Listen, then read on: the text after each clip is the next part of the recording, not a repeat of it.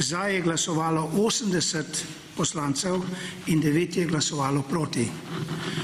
Na podlagi izida glasovanja je bil magister Matej Tonin z večino glasov vseh poslancev izvoljen za predsednika Državnega zbora. Čestitam, gospod Tonin.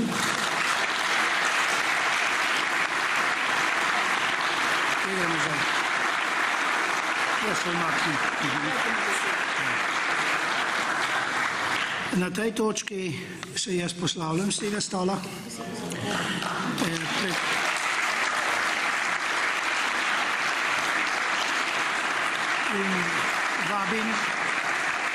Vabim novo izvoljenega predsednika Državnega zbora, da pride sem, vodi sejo in s tem zaključujem 3. točko dnevnega reda.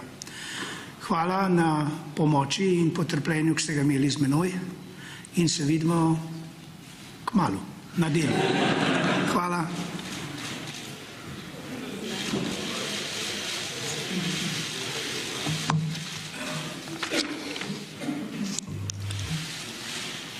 Drage poslanke, dragi poslanci, resnično izjemna hvala. Podpora je izjemna, za kar sem vam hvaležen, zavedam se odgovornosti, ki ste mi jo s tem naložili. In naredil bom vse, da vašo današnjo podporo tudi uresničim. Kot predsednik Državnega zbora, prvi med enakimi, bom skrbel, da bo vsak glas slišan. In moja odgovornost je, da nihče izmed vas ne bo zapostavljen. Iskreno se zahvaljujem današnjemu predsedujočemu, ki je svoje delo opravil izjemno. Iskrene čestitke tudi vsem poslankam in poslancem za izvolitev. Naša zaveza mora biti, da bomo delovali v dobro naših ljudi in domovine. Vsi skupaj smo predstavniki ljudstva, zato smo se dolžni pogovarjati, predvsem pa sodelovati v dobro Slovenije. Iskanje razlik navadno vodi v težave, iskanjih skupnih točk pa do rešitev.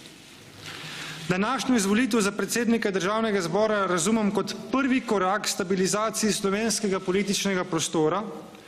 Z mojo izvolitvijo tako rešujemo situacijo, ko bi parlament lahko ostal brez predsednika. Kljub izjemno razdeljenemu parlamentu je današnje sporočilo vendarle slovenski javnosti pozitivno. Ko gre za res, se je slovenska politika sposobna dogovoriti in najti rešitev. In to celo rešitev, ki presega klasično blokovsko delitev, kar je zagotovo izjemno. To je dober obet za prihodnje izzive, ki jih je veliko in ki nas čakajo. Storil bom vse, da čim hitreje uspešno dokončamo vse postopke, ki so potrebni za konstituiranje Državnega zbora in oblikovanje njegovih delovnih teles. Pri tem bi rad še posebej izpostavil potrebo po čim prejšnjem oblikovanju odbora za zunanjo politiko, pred katerim so pomembne odločitve. Prav tako se zavedam, da Slovenija čim prej potrebuje razvojno vlado. Kot predsednik Državnega zbora bom zato storil vse, kar je v moji moči in v okviru mojih pristojnosti, da takšno vlado dobimo hitro. Pred Slovenijo so namreč pomembni izzivi. Družba se stara, mladi odhajajo v tujino in že danes nam ponekod primanjkuje delovne sile. Zdravstvo je v slabem stanju, ljudje žal ne morejo priti do zdravljenja v primernem času. Tudi mednarodne razmere niso rožnate.